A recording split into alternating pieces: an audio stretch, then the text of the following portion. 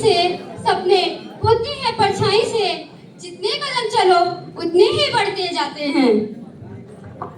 कभी मुश्किलें होते हैं तमाम, कभी जंग होते हैं, कभी मुश्किलें होती हैं तमाम, कभी जंग से लड़ते हैं। छोटे से मन में वो विशाल घर बनाते हैं।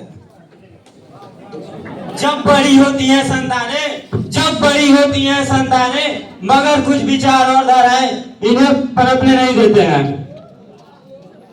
स्वागत है आप सभी का। मैं डी फार्मा फर्स्ट ईयर का छात्र सनतेंदु। आज महिला अंतर्राष्ट्रीय दिवस पे हम सब डिप्लोमा के छात्र एवं छात्रा एक नाटक प्रस्तुत करने जा रहे हैं जो भारत की हर एक लड़की की कहानी हो सकती है। तो आइए देखते हैं।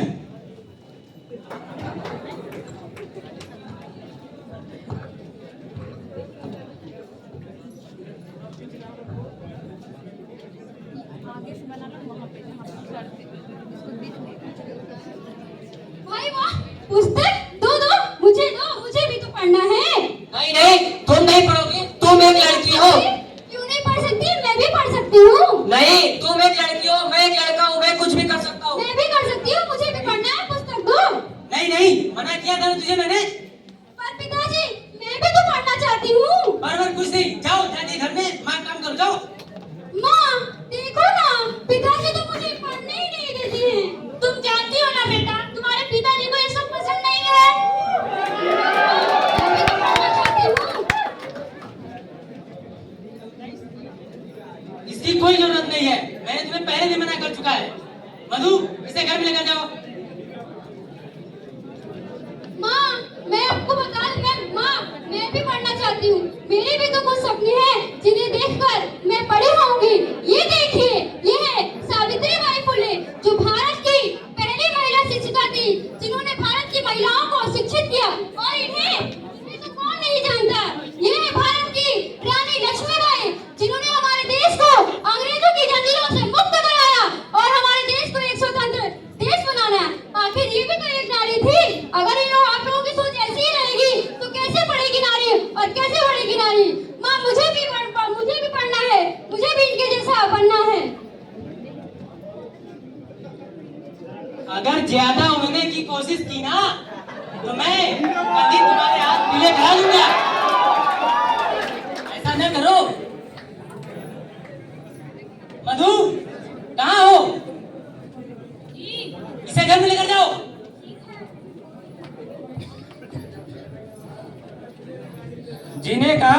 जीने का अरमान है नारी, हम सबकी पहचान है नारी। जीने का अरमान है नारी, हम सबकी पहचान है नारी। नारी ना हो तो जग सूना सूना सा लगता है। कण कण में विद्यमान है नारी, इसे तुम निर्बल ना समझो, इसे तुम निर्बल ना समझो। गीता फगास्ती पहलवान है नारी।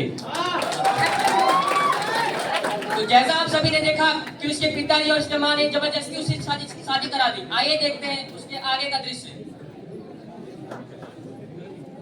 माँ कहाँ हो तू? बहू, घर का काम क्यों नहीं हुआ?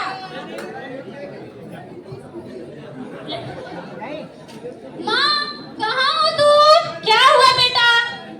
माँ देखो ना, मेरी उम्र की सारी लड़कियाँ स्कूल जाती हैं, कॉलेज जाती हैं, पढ़ाई करती हैं और कुछ अपना नाम रोशन करती हैं। मुझे भी पढ़ाई करनी है और मुझे भी अपना नाम रोशन करना है।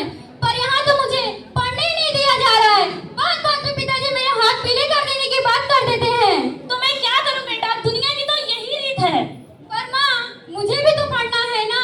क्या आपको कभी अपने मायके की याद नहीं आई? याद आई, बहुत याद आई, पर मैं क्या करूँ? तुम आप क्या करती हो? तो क्या, जो मेरे साथ हुआ क्या मैं अपने बेटे के साथ होने दूंगी?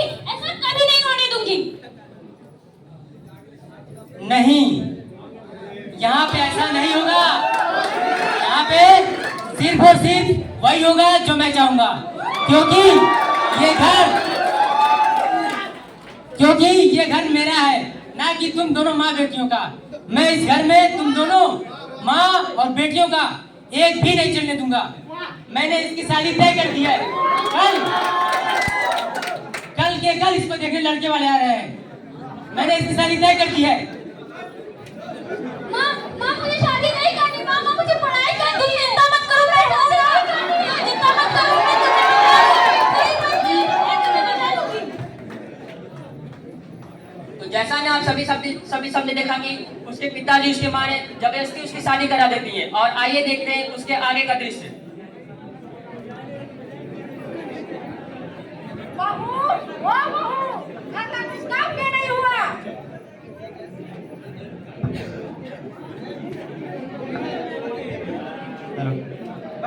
बहू, मेरी चाय कहाँ है?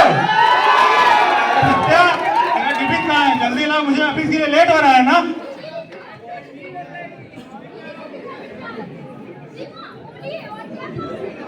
तुम्हें सारे काम बताने तुम्हारे वजह से मेरे बेटे को ऑफिस जाने में लेट हो जाता है। आपने बिल्कुल सही कहा, इसकी वजह से मुझे रोज ऑफिस के लिए लेट होता है। पता नहीं घर में करती क्या रहती है ये तो आ गई, ऊपर से दहेज भी नहीं लाई।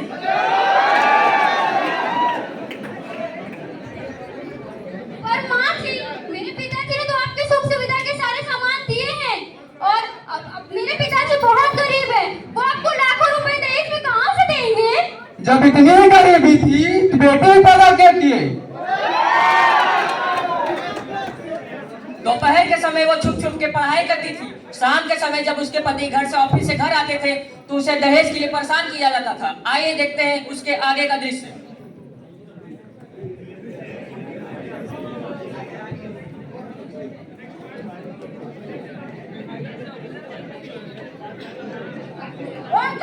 चली जाओ मेरे पापा घर, दहेज का पैसा लेके आना, नहीं तो आना मत मेरे घर। माँ जी, मैं कहाँ जाऊँगी? मेरे पापा जी के पास इतने पैसे नहीं है कि आपको इतने सारे पैसे देंगे। मैं इस घर से कहीं नहीं जाऊँगी। ऐसा कैसे? तुम्हें हम अपने घर से निकाल देंगे। नहीं माँ जी, प्लीज आप मुझे घर से मत निकालिए, प्लीज।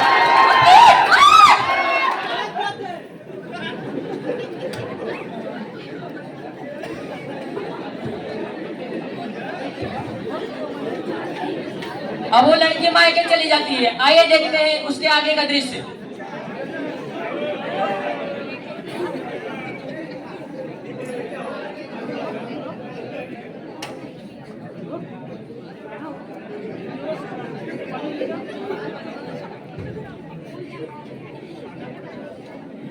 अरे बेटा तुम यहाँ कैसे आ गई? और मेरे दामाद जी कहाँ हैं?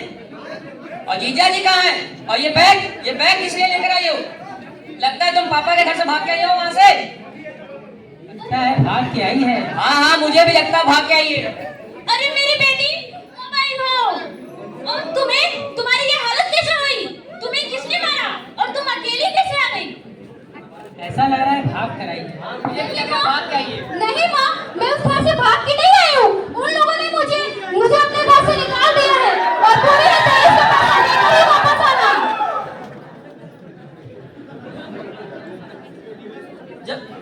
अब लड़की मायके है, ये उसके पापा और उसके भाई उसके खिलाफ रहते हैं और हमेशा उसे परेशान करते हैं। आइए देखते हैं उसके आगे का दृश्य। बेटा, तुम्हें क्या हुआ है? तुम उदास क्यों बैठी हो? क्या करूं माँ, अब तो लगता है कि मेरी तो पूरी जिंदगी ही बर्बाद हो गई है।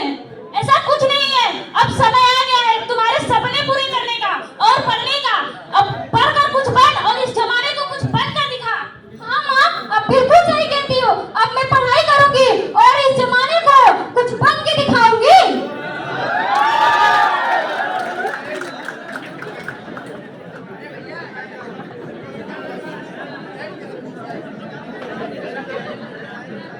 जैसा कि आप सभी ने देखा, सत्या दिन रात मेहनत करके पढ़ाई लिखाई करके एक मुकाम हासिल करती है। और देखते हैं 5 साल बाद हॉस्पिटल का दृश्य।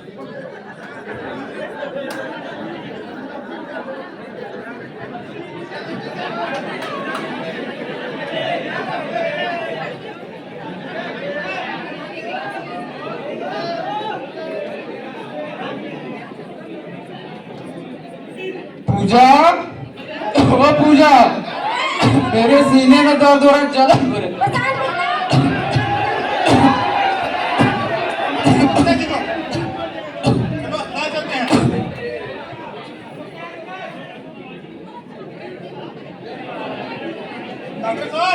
डॉक्टर साहब कहाँ है आप?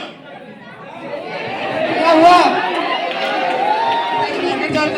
सीने में दर्द हुआ और नीचे गिर पड़े। अरे कहीं कहा भी ये तो जिंदा है।